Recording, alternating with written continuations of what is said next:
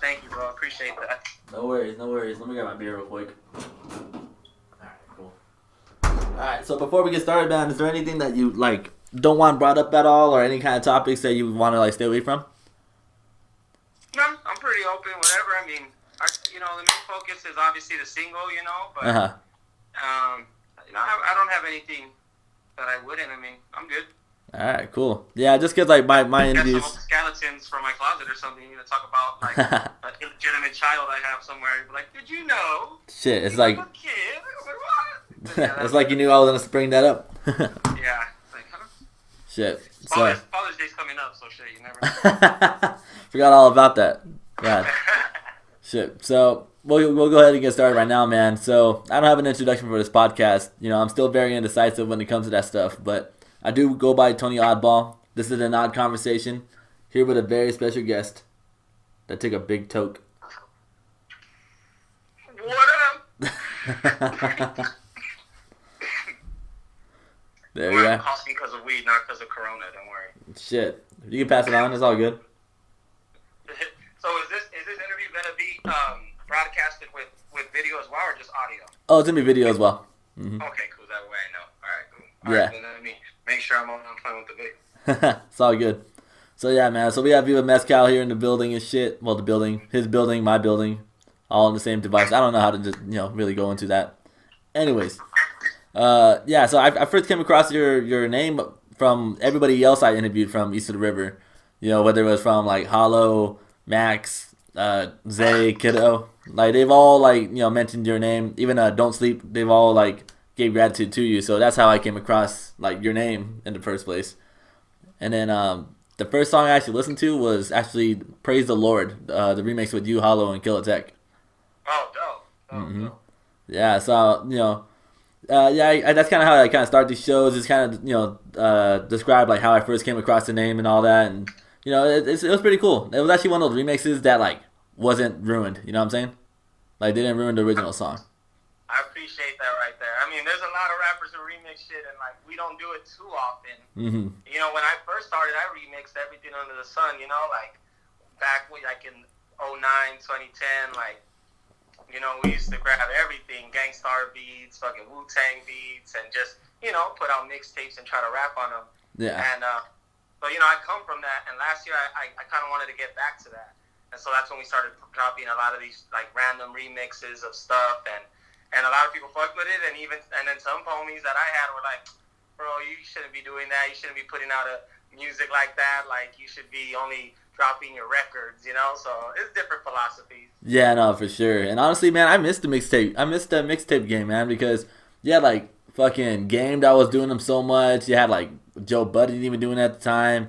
Wayne was doing a big mixtape run as well. So it was, like, all these different remixes everywhere. And it was pretty sick. Yeah, so. It's true. It's true, man. I mean, I try to different times. Like last year, I subscribed to put out a lot of content and and put out a lot of music. So I dropped that mixtape. I dropped an EP and an album, and I mean, I got the results I wanted. Like as far as creating a buzz and creating traction, Mm-hmm. And then this year was kind of opposite. I went back to the other kind of discipline of, all right, don't drop as much, but make sure whatever you do drop is very, very high quality, Yeah. And so I'm kind of there right now, but I'm trying to find the middle ground, like super high quality, but not taking so long, because you can't take too long nowadays, man. Your shit is just here today, gone tomorrow, like never before, Yeah, no, I feel you on that, man. So, you have a couple interviews out, man. I was checking out a couple of them, and from like 86 Inca was probably like the most recent one, I believe. But which one was that? Like your most recent interview from 86 Inca. Oh, okay, yeah. Yeah, so we went to deep dive on that one. That was crazy. Yeah, that was really in depth, and I couldn't get through the whole thing just because, well, life. And so I'm gonna ask some basic questions, get those out the way, just for everyone that's just tuning in for the first time. You know what I'm saying? So I mean, some of the basic questions such as like where you're from and how long you've been making music for. What kind of got you into it? Cool. Well, I'm from East Los, Boyle Heights, Los Angeles, born and raised right here. I honestly always been into music my entire life. I used to like mess around and try to DJ back in high school. I used to throw flyer parties and like get on the mic and host and be like the kind of like clown, like hype man, you know what I mean? And then I just got into it probably a little after high school. Got into the LA scene, and that was like back in 2008, maybe 2009, like when I first started trying, you know. And probably around 2013 is when like I established East of the River as a production company, just as like an umbrella to drop my stuff, because I just felt like I was dropping stuff. There was some good stuff I was dropping, and I'm like, man, this needs to have a name or some type of thing around it, you know. And yeah, I mean, that's kind of how I got my start, kind of just from messing around to then taking it more serious and kind of, you know, the stuff we were saying earlier too, like just working it like a real profession, real job, you know. Yeah, no, I feel you on that, man. And you know, like, what kind of character were you like growing up? I was always like fucking around, having fun. Like that's always been my energy and my type of like mentality, you know. I don't really take shit too serious. At the same time, like you gotta be able to laugh at yourself. But I did grow up with, I was the oldest of 4 siblings, so in a way I always knew, like, I always had this personality of like being a leader, being the one who spoke up and taking care of other people. You know, I always had that. You know, the oldest, anyone who knows who has brothers and sisters, the oldest is always the one who gets in trouble. The oldest is the one that always gets, you know, has to be first. They're the one that fucks up first, but also gets the good shit first. So you kind of see that too, like within my crew and within even the movement. I kind of play a big bro role, you know, to a lot of artists and shit. For sure. Cool, man. Well, you know, East of the River, you know, like everyone says that you were like the founder of it and such, and you know, I kind of like, you know, you kind of touched on it a little bit as it was, you know, wanting like an umbrella for your stuff, but you know, like tell me like how was it like kind of deciding about like who would be like cool to like let in and like, you know, run with the flag, you know, with everybody else, and you know, like what's the initiation like? Was it like you had to get jumped in, you had to sign up online? I mean, you know. I mean, honestly, for me, it's always been like the talent first spoke. You know, for me, like I always have made exceptions for exceptional people. So there was never ever like a necessary a thing. It was just more like the people I wanted around and the people that I grinded with just had that it about them.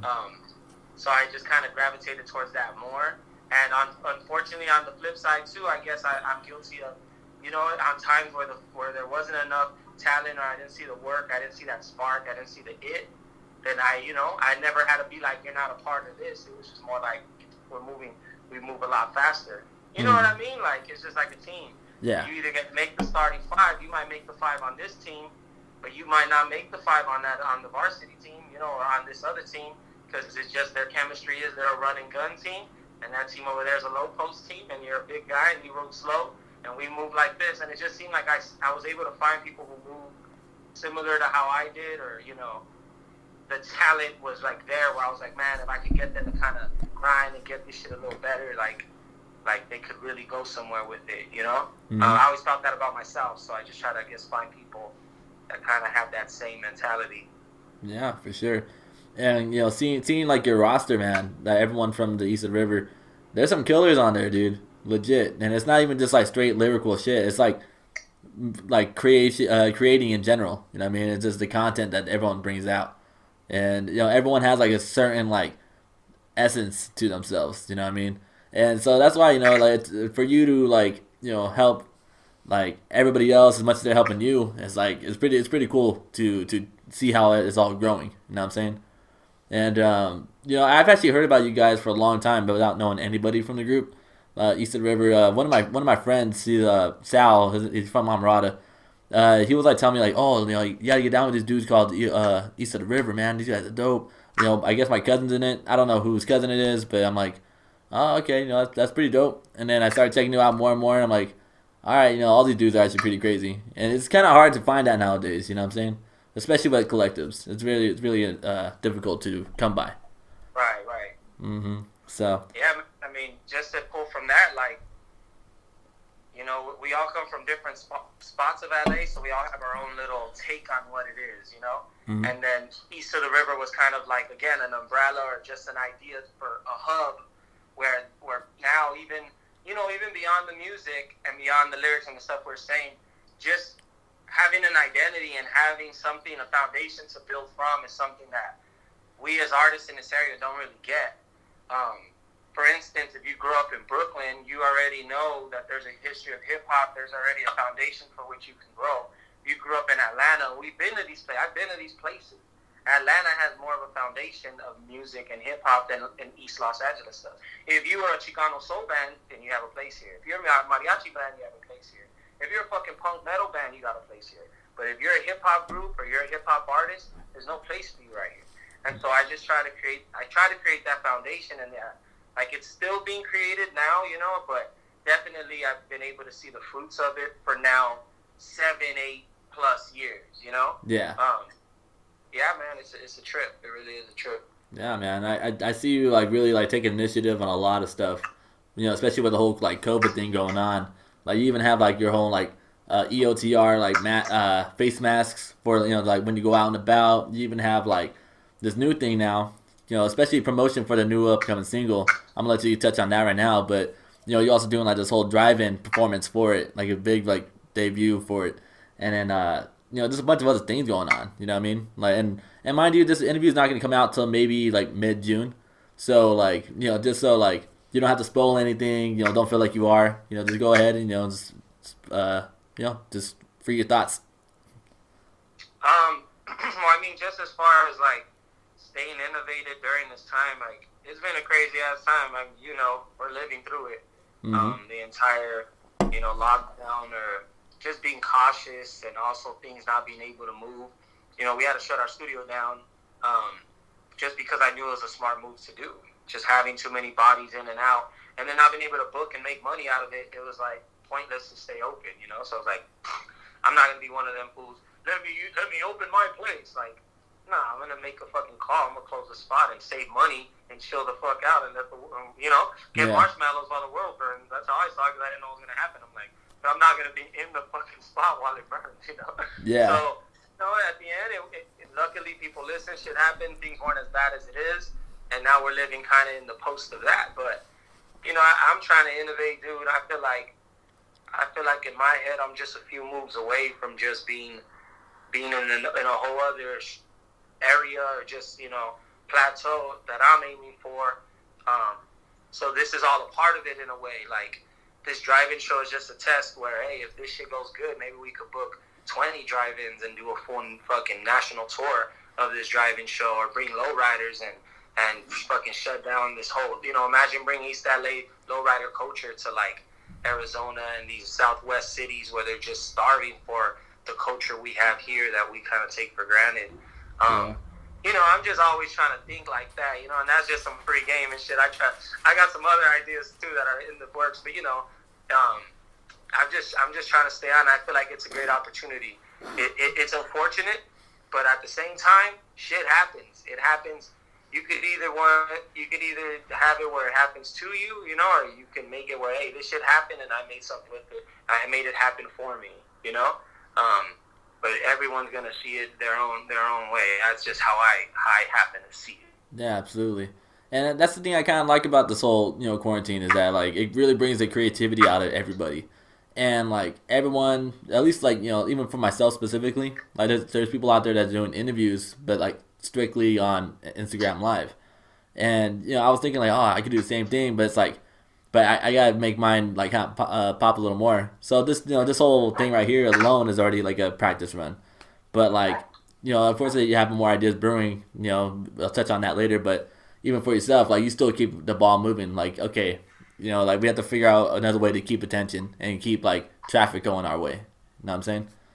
So. Yeah, man. Well, the first few weeks I think we're all in shock, kind of like what the fuck's gonna happen. Mm-hmm. And now it's kind of not happened, but we'll be like processing from here and also slowly getting back to normal. Mm-hmm. But like for independent artists, and this is one of the things that hit me today, I was like, this is the new golden era.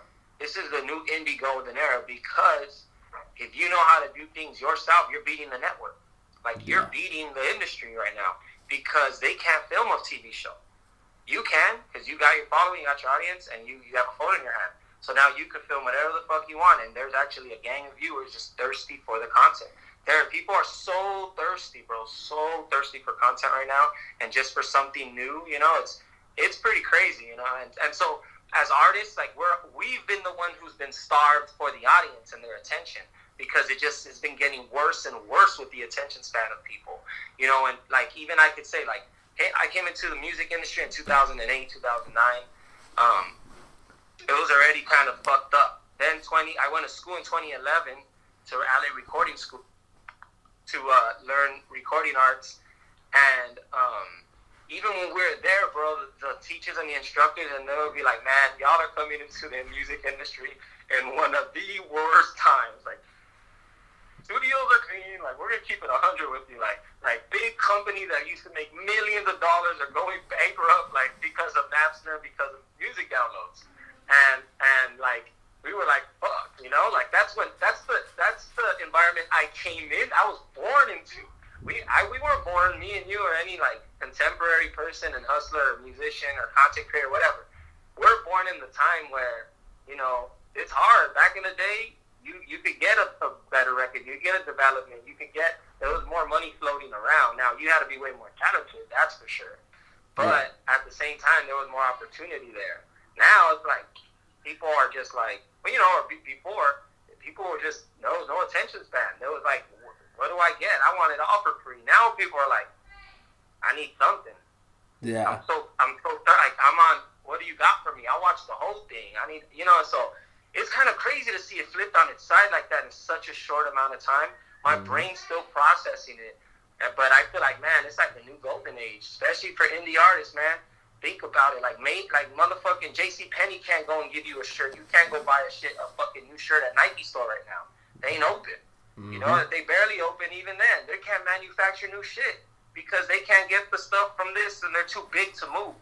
But your homie with the shirt press, that fool could press up 100 shirts right now. New designs from his head, you can have them out by tomorrow. And that's why you'll sell, motherfucking indie fools could sell more than Nike this next 6 months. So I'm like, fuck, dog, like it really's been hitting me. Like, this is a new golden era for indie artists if you know what to do, if you know how to make this shit happen. Yeah, big time, man. And I don't know, I've always thought it was kind of like a lucid lifestyle when it comes to stuff like this. Like, I hate using the word woke. It's been oversaturated so much, but to be lucid to a lot of these things, it really just kind of, if you ever take like mushroom before, or like acid, or anything of the sort, such as peyote, I don't know, but you take these things and then you have a different perspective on a lot, and especially with the generational thing, to where things are different for our parents and everybody in that generation compared to now. We have the whole internet in our pockets now, so it's like we do find ways to stand out, and so I've kind of wanted to use that transition into going into your last project, Long Live the Peyote, and kind of give like everybody like not a quick summary of it, but like a good insight of what it is. You know what I'm saying? Because I know you go to 86 Inca for the full insight. You know what I'm saying? But but for viewers right now. Deep down on the album. But I mean, my name is Viva Mescal, and then like Viva, it means live, long live. It's a way of celebrating something. You say long live the king. You say Viva Mexico. You may say, it's the same way. And I thought it would be cool if I would say that before my name, because my name used to be Mescalito, which comes from mescaline, which is just the synthetic version of peyote. The peyote, the cactus that shamans use, or still use to see spirits. And when you see the spirit, if you do enough, and you go to this area in Mexico, you see the spirit called Mescalito. And he comes and he visits people. So when I found that out, I was like, man, that's me. I'm Mescalito. I'm the fool who comes and fucks with you. Then it evolved into Viva Mescal. And Viva Mescal ultimately just means long live the peyote, since mezcal comes from peyote. So it was just a play on it's almost like a self-titled album. But, for me, it was just telling my story again, retelling my story. And I feel like I've been retelling this story for years and years. As crazy as it is, I do different stuff, I reinvent, but I always find myself here, back at home, back telling this story of struggle, triumph, fucking the Latino, the Mexican American perspective, the ironies, the apathies, You know, all of that rolled up in my music for 8-9 years, and I don't want to. I'm just like, I'm still telling that narrative, and here it is. And then to see shows like Hemped 5 now pop up, and to know that Boyle Heights is a fucking pop trending thing now, you know, and chola culture and food culture is popping when I've been saying food in my music and in my shit for like 10 years, you know, just because it's how we grew up. So me and my brother, what's up, food now?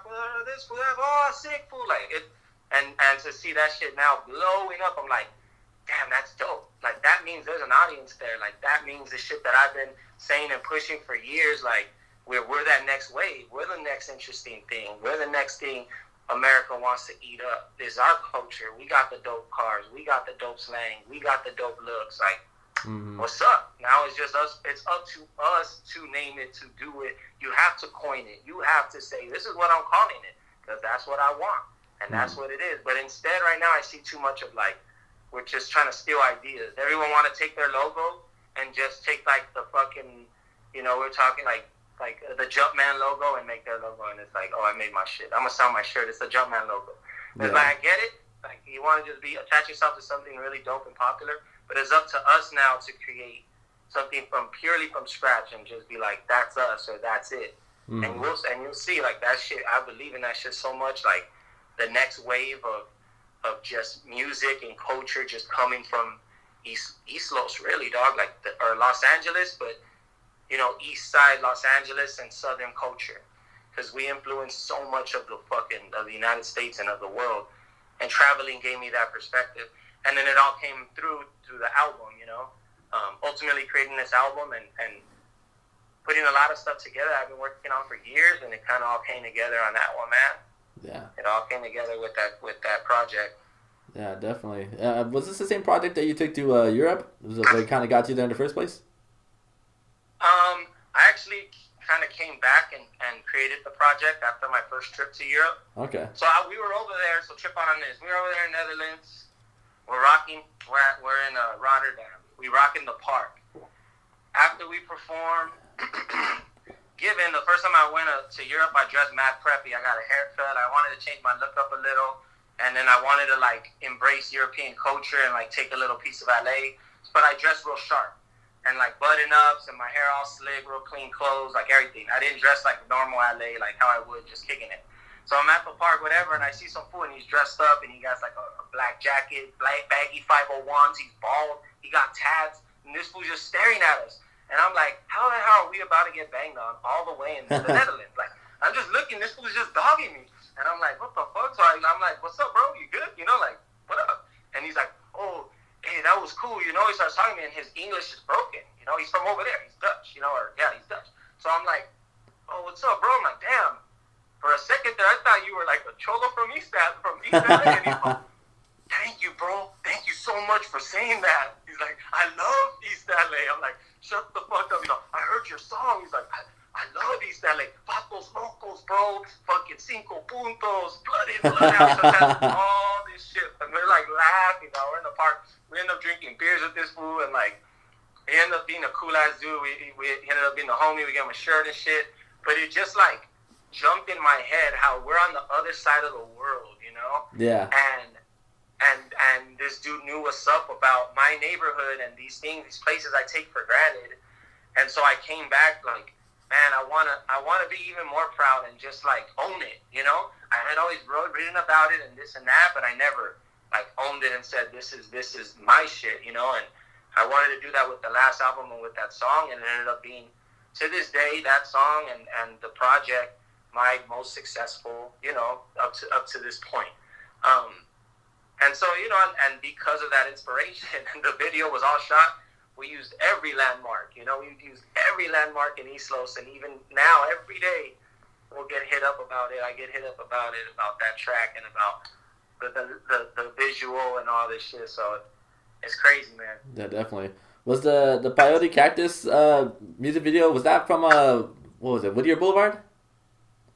Right here on Cesar Chavez, literally like 3 blocks up from where I'm at right now. Ah, okay, for sure. You know, I've always liked that video. Like, what's it called? With the bombers in the back, and you know, like you just have like a real like real, I guess like down to earth spirit of like East LA, pretty much. You know what I'm saying? Like me, like I kind of grew. I was born in Fontana, kind of raised there, and then I moved out to like Whittier when I was like, what was it, in like high school, like La Mirada, Whittier. Moved out there, and then what's it called? But like, yeah, I'm used to that Chicano culture, and like Well, I in mean, Whittier's where all the foods from East Los, when they make it, that's when they move. You know, and they make a little money. That's where they go. So it's hood over there. Whittier has its hood. oh yeah, for It's sure, out yeah. Whittier. And La Mirada. So I mean, La Mirada still got hoods and shit, but it is much nicer. You know, but Yeah. But yeah, that's like we always make that joke. You know, like you make it out the hood, you move to Whittier, you move to Montebello, you move to West Covina. You know, that's when you really made it, West Covina. Shit, man. I mean, honestly, man, I think the same thing with the Inland Empire, man. Like, if you really made it out here, then you're going out to like Marietta, where it's like still new and clean. You know, that's like the Whittier over here to me personally, and you know that's where I moved out recently from Whittier, and so. Out where? Out in the IE, you said? Yeah, in Marietta. So yeah, Inland Empire. Okay. Yeah, and so like me coming off as like I look white and shit. I'm pretty sure it looks like that with the laptop too. But I'm actually Mexican, and I got shat on all my life. So that's why like I have a hard time like really like what's it called, being like proud and confident in like anywhere I was at, like whether it's Fontana, Whittier. Well, you're talking to the white boy in East LA that barely spoke Spanish. Now you know why I bring this up, man. It's like I'm sharing my pain with somebody here. But you know what? That's a part of our story as well. You know, and that's why I like that show Gente Fight, because they talk about that, where the food doesn't feel like he's Mexican enough and shit. And you know, and I still feel like they're missing the Weddle. They have to tell the Weddle story. Yeah, big time. The Weddles, we have the hardest time because we could pass as the white boy, but we still choose to embrace our fucking Chicano culture and be proud of who we are, and that's even harder than fucking being dark and like you can't hide that shit. You don't even, you know. But it's a trip. Definitely, that touches into why I feel like this narrative and this story that's going on, that you're experiencing, I'm experiencing, and like that's literally happening right now and evolving, is the most compelling, the most profitable, the most interesting motherfucking narrative right now out. Like, what else are you gonna tell? The come up drug dealer story? Like, we've heard that shit before. You know, what other story are you gonna tell? The white boy rapper story? Like, I've heard that shit before. Like, you ain't heard the East Los Food story. You ain't seen the Mexican Chris Brown dance yet. You ain't seen the reincarnation of Selena. Like, that shit's all on the way, and I know it. I know it in my heart. Yeah, big time. For sure, man. Yeah. But yeah, bro, I mean, just to segue to that, to the new single, because I do have to jump off soon. This track is a trip because right off of Peyote. Well, share the name real quick to everybody. It's called Barrio Science, Mm-hmm. and you know, Barrio just means the neighborhood, you know, and then the science around it, peeping the signs, reading the signs, and knowing what you're doing. Kind of what the track is. It's also a challenge, you know, to myself. Really, when I write and I'm talking to myself, I open up with kind of like a bridge, a ballad. It's like, I don't think you want it, baby. I don't think you do. I had the homegirl Beto sing it, you know, and it's just like I wrote that to myself, like telling myself, if you really want it, then go and fucking get it, you know. And even at this point, as hungry as I am, or whatever perception people may have, no, I still have to tell myself, because motivation comes and goes. But dedication is every day. It doesn't leave. A dedication is a commitment. It's what you said you're going to do, then you're going to do it. It's not whether you're fucking happy, sad, rich, poor. A dedication is a motherfucking dedication. So, you know, I just try to remind myself that. So, you know, that the track, after Peyote, one of the themes was the process of creating with producers and getting beats, and, you know, I mix and master everything. I'm hands-on with everything. And I just started feeling limited with getting beats and loving them, but also feeling like, fuck, my brain is just working, is going in a different direction. And I always felt when I was writing and creating, I had to meet in the middle with the producer, with whatever they had given me. Yeah. And so I wanted to eliminate that with some of the newer music I've been working on. So I've either only got in from producers that I can straight up like tell them exactly what I want, and they have no problem with it. They're just kind of like an extension of me, you know, because I don't produce, and it's one of the next things I want to get into. But I'm obsessive. Like, I already learned so much shit that I'm just like, if I get into this, there goes another 5 years of me learning this shit. So I've just been kind of holding off, like, all right. So the second thing, I was like, look, I got to get all the musicians in the room and just tell them what I want. Get the vibe going, and we capture it from the essence, you know? And we did like 3 jam sessions, and we just jammed out for about 2 hours. And within that pocket, there was a 4-minute span on one of them that we hit the song for Barrio Science. And it was just this beautiful groove, and I just started rapping the hook, and we had everyone jam out, and then I recorded it. And literally what you're listening to on the song is 4 minutes of unrehearsed, never played twice, captured right there in the studio, instrumentals, bass, drums, fucking guitar, vocals. Like, vocals, obviously, we laid them down later, but we were singing them right there and rapping. It was like this vibe, you know? And I'm just so happy to have captured it. You know, I feel like it's like, honestly, like, I could rest easy knowing I made this. Like, I'm not saying I'm done, but like, fuck, it really does feel like a relief in a way. Like, if I die today, I know I got this song that I left that was something of so much shit, so much hard work. And one night we were able to capture it for 4 minutes. Yeah. Almost everything, like, is poetic to me, you know? How Beto sings, how homie plays the guitar, how they're funk heads who grew up in the East Coast like me, and homie Drew on the bass is like your rocker homie in high school who was quiet and cool in that booth. And then Calisthenics, his family's Japanese, and they were in internment camps, and they live here in Boyle Heights. They're buried here down the fucking cemetery, and he's there playing. And then Drunk Nomad's on the drums, and he produced one of my other first albums, Strange Rumblings in Aslan, 5 years ago. And it's just like, all this shit came together, and we made this song, and now the studio's closed. We're in a fucking pandemic, and how the fuck did we even get to this point? Who knows? But we got this song, you know. Yeah. So I'm head over heels, bro. I'm so fucking happy and so ready to drop this song. It's, you know, I'm glad I'm able to just get it out right now because I haven't done any other interviews. This is probably gonna be the only one I do before the song drops. So it just feels good to. I hope I'm not overselling it, but No. Yeah, no. I try to tell everybody in every interview, man, just spill as much as you want, dude, because this is your interview at the end of the day. But you know, because you didn't even have to tell me. See, that's fine. You know, but like that's the thing I like about that insight right there, because you know you had your hands-on production basically. Like you were able to like really sit down and like have everyone and like try to capture exactly what's going on in your head, and you know, and you brought it to life as much as possible for this record. So you know, because of hearing that, I love. And another thing about me is that I love live instrumentation when it comes to like music. You'll hear it. You'll hear the variations. Obviously, there's the pattern of the 4-bar, but like, dude, we didn't even tell each other.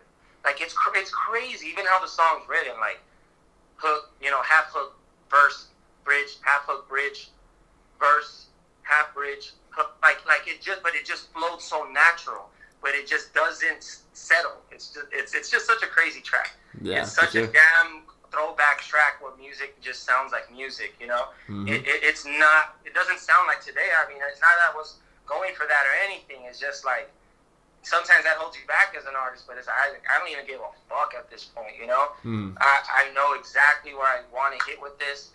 I'm not saying it's for everyone. It's not. Like, if you didn't grow up in this shit, you don't know what's up with this shit. If you don't fuck with dope lyrics and you don't like music and instrumentation, you just want to hear slap a bitch and hear some 808s or just hear some other shit, then this one ain't for you. I'm telling you, my G, this is like, you know, I'm not telling you, like, this is some other shit. Like, yeah, it's gonna right past every other ones, you know? Like Dre says, forget about the ghetto and rap for the pop charts. Like, it's definitely not pop, but I just was shooting for the fucking moon with this, you know? So yeah, exactly. Thank you, man. I appreciate this interview so much, dude. Yeah, no, don't even worry about it, man. So by the time this comes out, if you guys haven't yet, stream Barrio Science right now, motherfuckers. I don't care if you fucking just cut this interview right now. Listen to that shit, stream that shit, repeat that shit. Straight like that. And appreciate you, dude. And yeah, bro. Fucking check out the track. For sure. So before we let you go, man, I know you got to get going, but let me just get these odd questions I usually do for everybody out the way. Okay. So let's do it.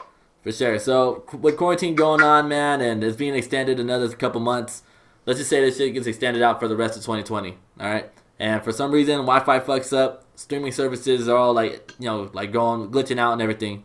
Now you're only left with 3 options to listen to for the rest of the year. Either it's a band or an artist, but you get the whole discography too, and like features, whatever. So who you rocking with for the rest of the year? The 3? Mm-hmm. That one's tough. Mm-hmm. I don't know. I love this question. I'd have to have Pusha T right now just because Daytona. Woo! Jesus Christ. It just is. Like, I just got a lot of inspiration from it right now. I still keep pulling from it. I don't know. Fuck, whoever I'm listening to right now. Shit. I mean, easy for catalog, James Brown. Okay. You can make beats with that man's stuff. You could just listen to break beats. You could just get pumped up. James Brown for sure. I love James Brown. Damn. And then I don't know, maybe like the Beatles.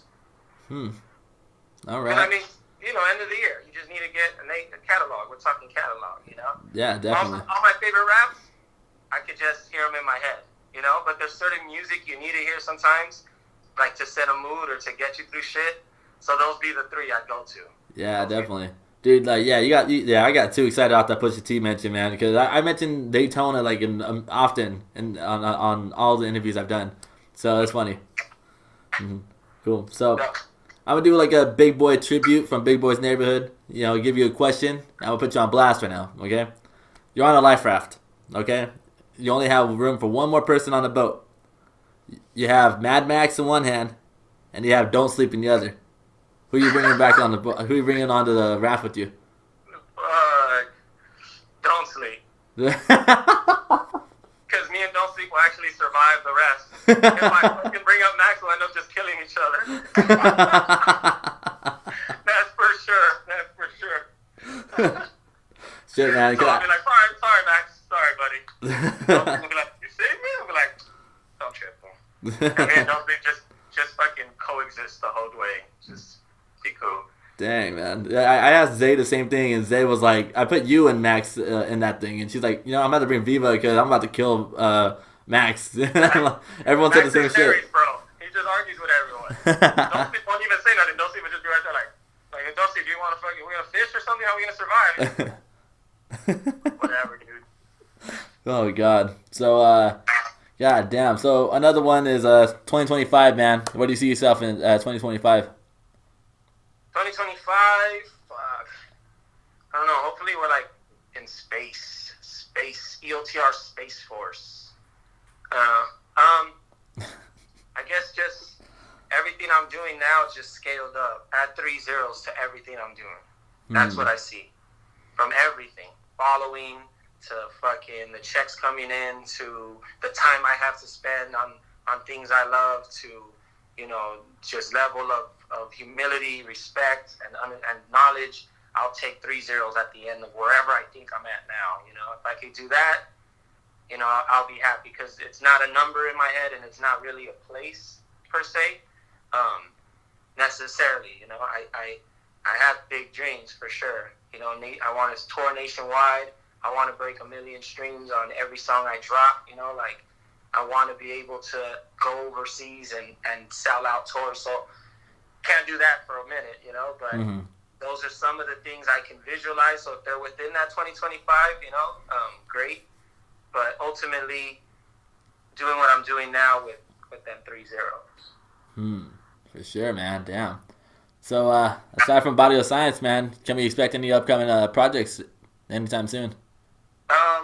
So Barrio Science is kind of the lead track into this project I've been working on, and you're the first person I'm going to tell this to. I literally have not told another soul, maybe just like my lady. So I got a track. It's called a project I'm working on called Tomorrow Pause, The Enjoy, and it's kind of the culmination of all the projects I've been dropping. And Barrio Science would be the lead single. But here's the crazy part: I'm not gonna drop the album until I drop all the songs on it. I'm gonna reverse it. So instead of dropping an album, giving someone 10 songs, I'm gonna drop the 10 songs and say, "Hey, you just heard the album," and then give people the track list so that they could hear it in the order and get that it was all a story. Wow. So Barrio Science is the first chapter. The next one I'll already spill the beans because this one will come out by the time it's out. Is I have a track with the homie Speaks, who's a super dope MC. If you've heard of Speaks before, Shit. but look him up. Me and him have a track called Loud Spaces, and I'll be dropping that next month. So sometime in June. So, you know, I have the next 3 follow-ups after Barrio Science ready. I just haven't told anyone about them. Yeah. But the rollout will be boom, boom, boom, boom, boom. Barrio Science will be fucking what? And before I would bask in it. Hell yeah. Let's see what's going to happen. Da-da-da. But now I'm just like, I'm not even going to acknowledge it. We're going to do that. We're going to do mad numbers. We're going to sell out. There's no drive-in. We're going to do crazy-ass fucking shit. And we're going to just do it, repeat the process like 4 or 5 times over, you know? So that's one of my goals. So by mid-June, they should already have seen 2 tracks out and 2 crazy-ass release parties and doubling up and already getting ready for the 3rd one. So shit, if I'm able to keep it, you know, keep the momentum. Yeah, big time, man. God damn. Yeah, I still had more questions, but you know what? The time's a bitch. And you know what? We're going to get an in-person one once all the shit lifts up anyway. So. Yeah, sounds good. Mm-hmm. Sounds good. Book me now. I'm already ready. For sure, man. You know, hey, honestly, think about it now. If you do another drive-in show, we might just do an in-person one right there. Who knows? All right, yeah, we'll do it. Well, next month for the next release, we'll figure it out. Yeah, definitely. I'm willing to try to find my way out there for sure. We'll get something going. Yeah. Sure, man. So, thanks again for this opportunity, man. Shit, can't thank you enough. Just like an intro, I don't have an outro either, but I do go by Tony Awdball. This is an odd conversation with a very special guest. Viva Mescal. Tony Awdball. Odd conversation. Thank you for having me, bro. No problem, man. Thank you so much, man. Peace and love. We'll be in contact, man. Sounds good.